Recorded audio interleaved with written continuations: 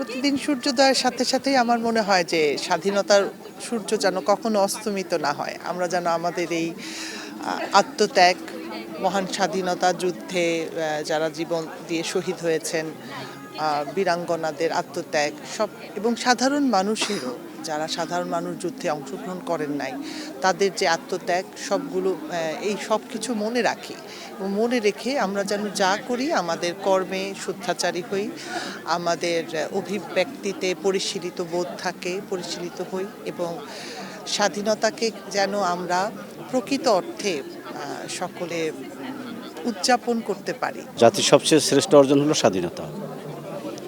আমরা একটা স্বাধীন সার্বভৌম দেশ পেয়েছি, একটা পতাকা পেয়েছি, এটাই আমাদের এরকে ধরে রাখাটাই হলো সবচেয়ে বড় চ্যালেঞ্জ। স্বাধীনতার পর থেকে বিভিন্ন সময় বিভিন্ন দেশের যে ভিতরেই যে বিভিন্ন ধরনের বিভিন্ন পর্যায়ে বিভিন্ন ধরনের শাসক আসছে, তারা কিভাবে কি করছে এটা আপনাদের সবারই জানা। তা আমরা চাই যে আকাঙ্ক্ষা নিয়ে স্বাধীনতা আমরা অর্জন করেছি সেটা যেন প্রতিফলিত হয়। 50 বছর পর হয়ে গেছে, আর যেন সময় না নেয়, এটাই আমার সবচেয়ে বড় চাওয়া। আমরা স্বাধীনতা পেয়েছি 1971 সালে।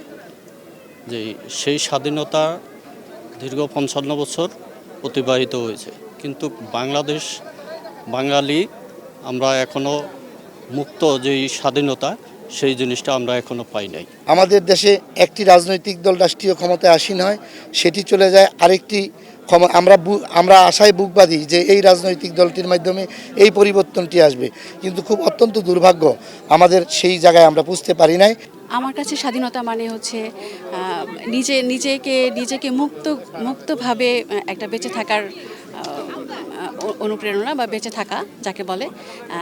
আমার স্বাধীনতা মানে আমার বাক স্বাধীনতা থাকবে, আমার চলাফেরার স্বাধীনতা থাকবে, আমি আমার মতো করে বাঁচতে পারবো, সব কিছুতেই আমার একটা স্বাধীনতা থাকবে। আমি স্বাধীনতা বলতে বুঝি কথা বলা থেকে শুরু করে আমার চলাফেরা, জীবন ধারণ সব কিছুতেই একটা মুক্ত একটা বিষয় আমার মধ্যে থাকবে। আমরা কয়েক হাজার বছরের ইতিহাসে আমরা অনেকবার স্বাধীন হয়েছি, যে স্বাধীনতার কথা বলা হচ্ছে, তারপরে আমরা অনেকবার সেই স্বাধীনতা খুইয়েছি।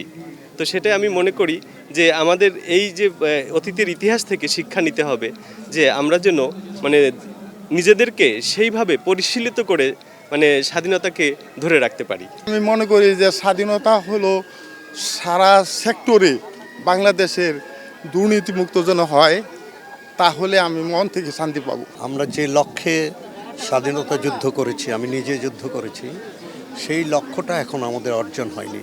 সেই লক্ষ্যটা হচ্ছে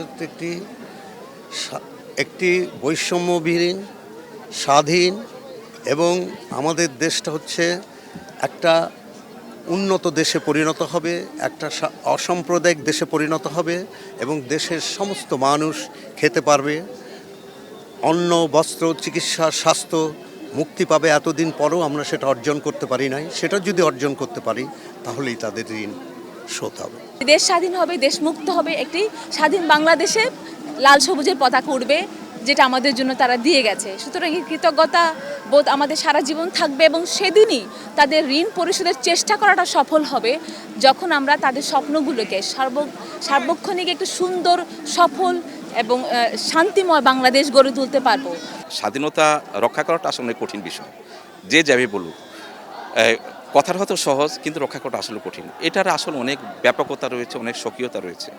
দেখুন, এই যে স্মৃতিসৌধ, এই যে শহীদরা ঘুমিয়েছে, আমরা তাদের কতটুকুই বা মর্যাদা দিতে পারি বলুন?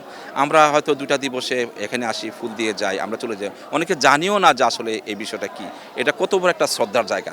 আসলে আমরা জাতি হিসেবে আমাদের খুবই দুর্ভাগ্য যে আমরা এই বিষয়গুলো তরুণদের, ছাত্রদের মাঝে আমরা আসলে বুঝাতে পারিনি।